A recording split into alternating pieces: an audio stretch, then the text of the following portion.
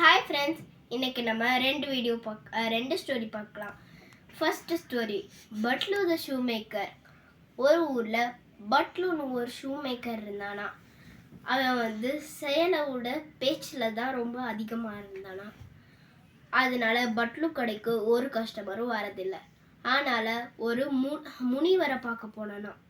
அவர் மலைக்கு மேலே இருந்தாராம். மலையில் ஏறி இந்த முனிவர்கிட்ட போன உடனே அவர் ஒரு பை கொடுத்தாராம்.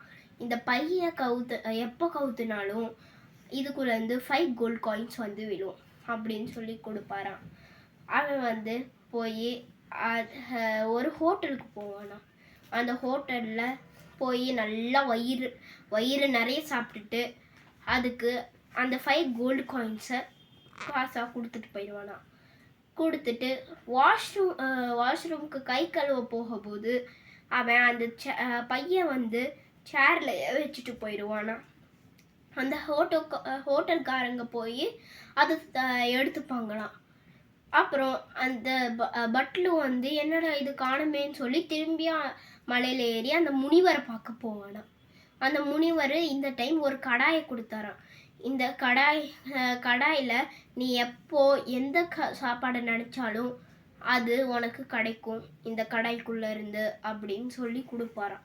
கொடுத்த உடனே அது தூக்கிட்டு நேராக வீட்டுக்கு போகிறத விட்டுட்டு நேராக அந்த ஹோட்டலுக்கு திரும்பியும் போனானா.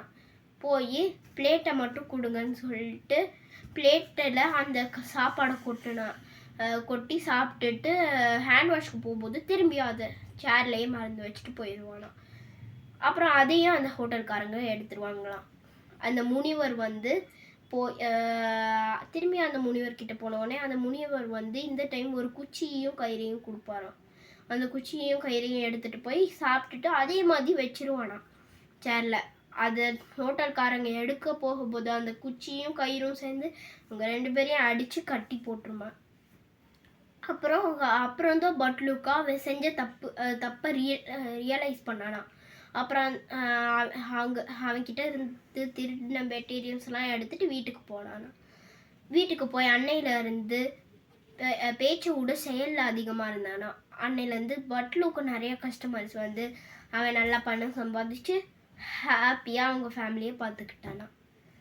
இந்த அடுத்த ஸ்டோரி, த மேஜிக்கல் பிளேஸ். ஒரு ஓல்டு மேன் இருந்தாராம். அவருக்கு ரொம்ப உடம்பு முடியலையாம். அவர் படுத்துட்டாராம். அவர் சாகிறதுக்கு முன்னாடி அவங்க 3 பசங்களுக்கும் ஏதாச்சும் கொடுக்கணும்னு நினச்சாராம்.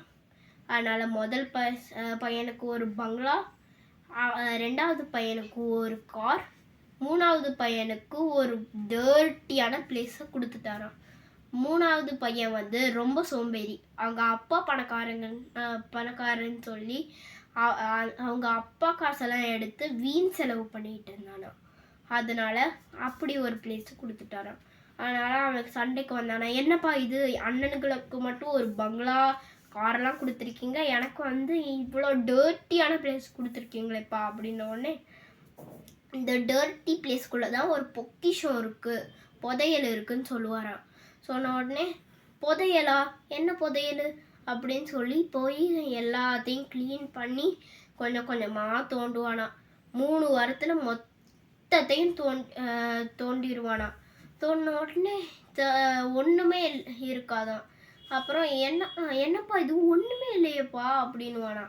அப்படின்ன உடனே அதுக்குள்ளே ஒன்றும் இல்லைன்னு தெரியும், நீ விதை போட்டு புதைச்சி வச்சு தண்ணி ஊற்று அப்படின்னு வரான்.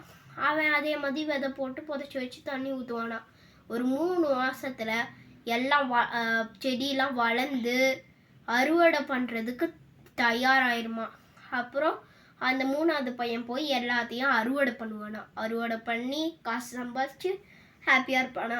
அப்புறம் தான் அவங்க அப்பா கிட்ட போய் சொல்லுவான், இதுதானப்பா நீங்கள் சொன்ன புதையல், எனக்கு இது ரொம்ப பிடிச்சிருக்கு, தேங்க்யூப்பான்னு சொல்லிடுவானா. இந்த கதை உங்களுக்கு பிடிச்சிருந்துச்சுன்னா லைக் பண்ணுங்கள், ஷேர் பண்ணுங்கள், சப்ஸ்கிரைப் பண்ணுங்கள். பாய் பாய்.